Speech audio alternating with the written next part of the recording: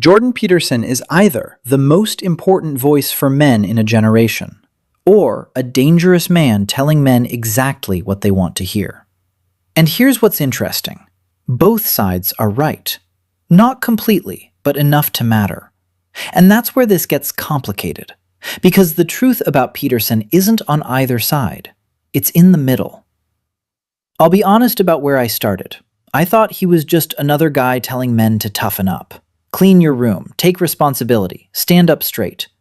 I rolled my eyes. It felt obvious, almost dismissible. Then I watched one lecture, then another, and somewhere around hour 3, I caught myself thinking something I didn't expect. Why did nobody ever say this to me when I was younger? And that reaction bothered me, because I'm not someone who usually responds to that kind of message. So instead of asking whether Peterson was right or wrong, I started asking a different question. Why do so many men have that exact same reaction? What does that say about what men are missing right now? Here's the contradiction at the center of Peterson. His critics say he tells men what they want to hear. His supporters say he tells men what nobody else will say. And when you actually sit with both sides long enough, you realize they're describing the same thing. Peterson says hard things, but they're hard things that feel good to hear. You are capable of more. Your suffering has meaning. The world needs you to be stronger. That's not empty validation, but it's also not purely uncomfortable truth. It's something in between. And that in-between is exactly where millions of men are living right now, caught between wanting to be challenged and needing to be seen. Before going further, I want to be clear about something. Peterson isn't random. He's a clinical psychologist with decades of research.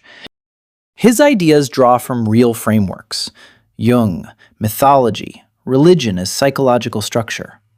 I'm not here to dismiss any of that. What I'm interested in is something else. Why are men so hungry for this message right now? Because that question tells you something more important than whether Peterson is right. It tells you what men are lacking. And I think he gets one thing very right. Men without direction don't become peaceful. They become lost. And lost men don't just disappear. They drift. They stagnate. Sometimes they become destructive toward themselves or others. I've seen that, not in theory, in real life. Men with no anchor, no sense that what they do matters. And Peterson speaks directly to that man. He tells him, your life can mean something, but meaning requires weight. It requires responsibility. It requires carrying something difficult. And that lands because it's true. The research on male psychology backs this up. Men derive well-being not from comfort, but from contribution, from being needed, from being part of something that requires their strength. Peterson didn't invent this. He just said it out loud when almost nobody else would. But here's where it flips, because take responsibility is powerful until it becomes the answer to everything. Failing at work? Take more responsibility. Relationship struggling? Work harder on yourself. Feeling empty and don't know why? You're not trying hard enough. And at a certain point, responsibility stops being strength and starts becoming self-blame. Because not everything a man struggles with is his fault. Some systems are broken. Some environments genuinely damage people. Some pain isn't something you can outwork. And I've seen men take Peterson's ideas and turn them into a kind of silent pressure. Never ask for help, never slow down, never admit something's wrong, until they break. And then they call that strength. So I kept coming back to the same question. Why does Peterson matter so much? And the answer, I think, has very little to do with philosophy. It's not the Jungian archetypes, it's not the lectures, it's something much simpler and much deeper. He takes men seriously. And that sounds small, but it isn't. Because for a lot of men, that's never happened. Not from culture, not from media, not even from themselves. Their struggles get minimized, their pain gets reframed, their role gets questioned. And then one person shows up and says, "You matter. What you do matters. Who you become matters." And suddenly, millions of men listen. Not because it's new, because it's missing. So here's the question I landed on. If Peterson is filling a void, what is that void actually made of? I think it's three things. First, permission to matter. Not to dominate, not to control, just to believe that your existence has weight, that what you do has consequences, that who you become actually matters.